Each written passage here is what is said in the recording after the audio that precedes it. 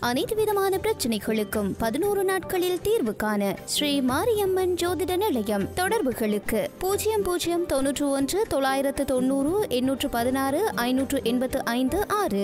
ஐவர் தயார் நிலையில் நாமல் வெளியிட்டுள்ள அறிவிப்பு. சாரதி நடத்துனர் மீது கத்திக்குத்து தாக்குதல், பதுளையில் பயங்கரம், 2 கைது.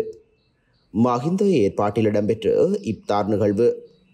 முல்லைத்தீவு காணி விடுவிப்பு விவகாரம் காணொலி எடுத்து அச்சுறுத்தும் இராணுவத்தினர்.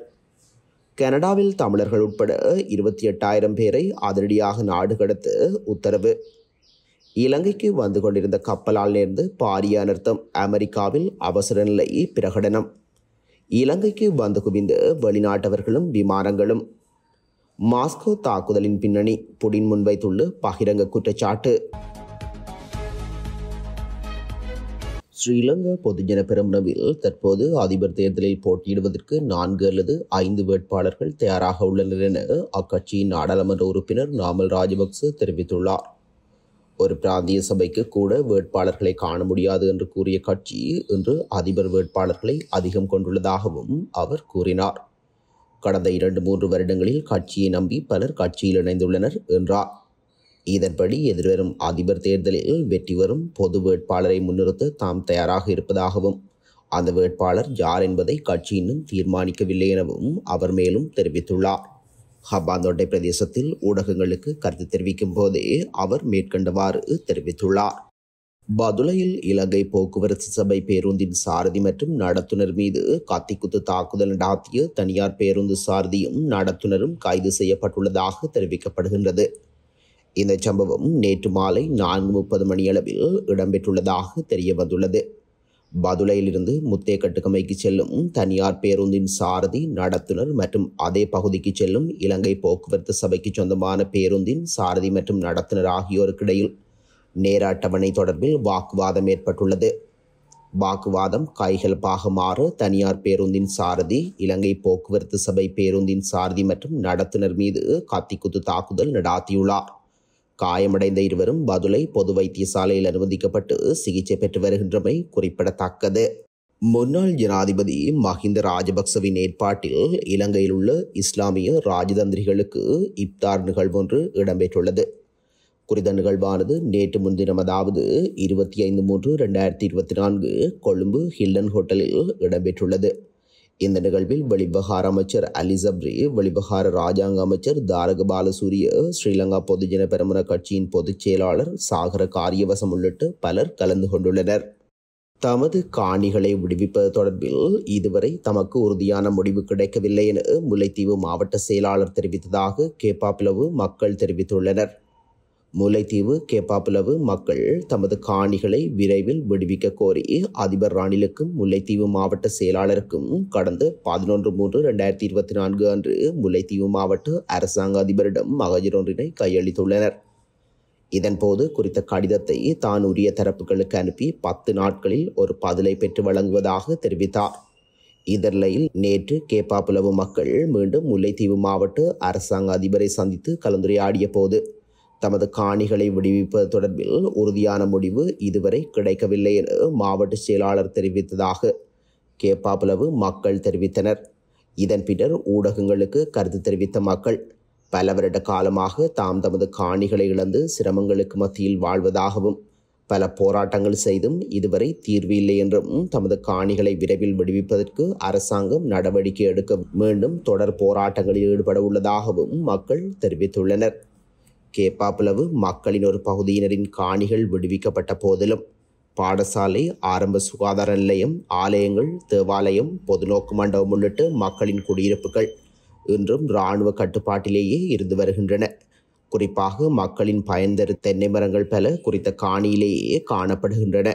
குறிப்பாக 62 பேரின் 171 ஏக்கர் காணிகள் விடுவிக்கப்படாதிருப்பதாக மக்கள் தெரிவிக்கின்றனர். குறிப்பாக நேற்றைய தினம் மக்கள் அரசாங்க அதிபரை சந்தித்துவிட்டு வந்து ஊடகங்களுக்கு கருத்து வழங்கிய வேளையில் அங்கு வந்த இலங்கை இராணுவத்தின் பொதுமக்கள் தொடர்பாடல் உத்தியோகத்தர் இராணுவ சீருடையில் மக்களை அச்சுறுத்தும் வகையில் தொலைபேசியில் காணொலி பதிவு செய்து அச்சுறுத்தல் விடுத்திருந்தமையும் குறிப்பிடத்தக்கது. கனேடிய விமான நிலையங்களில் புகலிடம் கோருவோரின் எண்ணிக்கை அதிகரித்துள்ளதாக கனடா எல்லை சேவைகள் முகவரகம் தெரிவித்துள்ளது. மோன்ட்ரியல் ருடு மற்றும் டொரண்டோ பியர்சன் விமான நிலையங்களில் அதிகளவான வெளிநாட்டவர்கள் புகலிடம் கோரியுள்ளனர். கனடாவுக்கு விசிட்டர் விசாவில் சென்றுள்ள பல தமிழர்கள் புகலிடம் கோரியுள்ளமையும் இங்கு குறிப்பிடத்தக்கது. 2019 முதல் 2023 வரை விமான நிலையங்களில் சுமார் 72,000 பேர் அகதிகள் கோரிக்கைகளை முன்வைத்துள்ளனர். கடந்த 5 ஆண்டு காலத்தில் கனடாவில் பதிவான அகதிகள் கோரிக்கைகளில் 18% இது இணையானதாகும். அண்மைய தரவுகளின்படி தமிழர்கள் உட்பட 28,000க்கும் அதிகமானவர்களின் புகலிட கோரிக்கைகள் நிராகரிக்கப்பட்டுள்ள நிலையில் நாடு கடத்தப்பட உள்ளதாக கனடா எல்லை சேவைகள் முகவரகம் தெரிவித்துள்ளது. அமெரிக்காவில் தற்சமயம் அவசர நிலை பிரகடனப்படுத்தப்பட்டுள்ளது. அமெரிக்காவில் கப்பல் மோதி பாலமுடைந்து விபத்துக்குள்ளானதில் அங்கு அவசர நிலை பிரகடனப்படுத்தப்பட்டுள்ளதாக தெரிவிக்கப்படுகின்றது. அமெரிக்காவில் கப்பல் மோதி பிரான்சில் ஸ்கொட் பாலமுடைந்த நிலையில் ஆற்றில் விழுந்தவர்களை மீட்பதற்காகவும் இந்த விபத்து குறித்து விசாரிப்பதற்காகவும் உடனடியாக அவசர நிலை பிரகடனப்படுத்தப்பட்டுள்ளது. அமெரிக்காவின் மேரிலாந்து மாகாணத்தில் உள்ள பெல்டிமேர் நகரத்தில் பிரான்சிஸ் ஸ்காட் என்று பிரமாண்டமான இந்த பாலம் அமைக்கப்பட்டிருந்தது. இந்த பாலம் 2 முக்கிய நகரங்களை இணைக்கும் மிகப்பெரிய பாலம் என்றும் அந்த பாலத்தில் எப்போதுமே வாகனங்கள் சென்று கொண்டே இருக்கும் என்றும் கூறப்படுகின்றது. இந்த நிலையில் சிங்கப்பூரிலிருந்து இலங்கை நோக்கி புறப்பட்டு வந்து பாரிய கப்பல் ஒன்று அந்த பாலத்தின் மீது மோதுண்ட நிலையில் அந்த பாலம் அப்படியே சரிந்து ஆற்றில் விழுந்துள்ளது. இந்த கப்பல் கொழும்பு நோக்கி வந்து கொண்டிருந்ததாக தெரிவிக்கப்படுவதுடன் அதிலிருந்த மாலுமிகள் உட்பட அனைத்து பணியாளர்களும் இந்தியர்கள் என்று தெரிவிக்கப்படுகின்றது. இலங்கைக்கு கடந்த பிப்ரவரி மாதம் பெருமளவிலான வெளிநாட்டு பயணிகளும் விமானங்களும் வருகை தந்துள்ளதாக விமான நிலையம் மற்றும் விமான சேவைகள் தலைவர் பொறியியலாளர் அதுல கல்கட்டிய தெரிவித்துள்ளார். இதன்படி பிப்ரவரி மாதம் இலங்கைக்கு 16,2,417 சர்வதேச பயணிகளும் 8,946 சர்வதேச விமானங்களும் வருகை தந்தமை பதிவு செய்யப்பட்டுள்ளது. கடந்த 2023 ஆண்டின் இதே காலகட்டத்துடன் ஒப்பிடுகையில் 2024 ஆண்டில் சர்வதேச பயணிகளின் அதிகரிப்பு சுமாராக 40 தொடக்கம் 39% சர்வதேச விமானங்களின் அதிகரிப்பு சுமாராக 30.77% உள்ளது. 2023 மற்றும் 2024 ஆண்டுகளில் இலங்கைக்கு விமானம் மூலம் வருகை தந்த சுற்றுலா பயணிகளின் எண்ணிக்கையை ஒப்பிடுகையில் 2023 வருகை தந்த சுற்றுலா பயணிகளை விட இந்த வருடம் பிப்ரவரி மாதம் 104.65% அதிகரிப்பை காட்டுகின்றது எனவும் தெரிய வந்துள்ளது. மாஸ்கோவில் நடந்த தாக்குதலின் பின்னணியில் தீவிரவாத இஸ்லாமிய குழு இருப்பதாக ரஷ்ய ஜனாதிபதி விளாடிமிர் புடின் தெரிவித்துள்ளதாக சர்வதேச ஊடகம் செய்தி வெளியிட்டுள்ளது. மாஸ்கோவில் உள்ள குரோகஸ் நகர் மண்டபத்தின் மீது நடாத்தப்பட்டு பயங்கரவாத தாக்குதலுடன் தொடர்புடைய 11 பேர் தற்போது காவலில் வைக்கப்பட்டுள்ளனர். மேலும் நேற்று முன்தினம் பயங்கரவாத தடுப்புச் சட்டத்தின் கீழ் நீதிமன்றத்தில் முன்னிலைப்படுத்தப்பட்டு 4 தவிர மேலும் 3 பேர் நேற்று நீதிமன்றத்தில் முன்னிலைப்படுத்தப்பட்டு மே 22 வரை காவலில் வைக்கப்பட்டுள்ளனர்.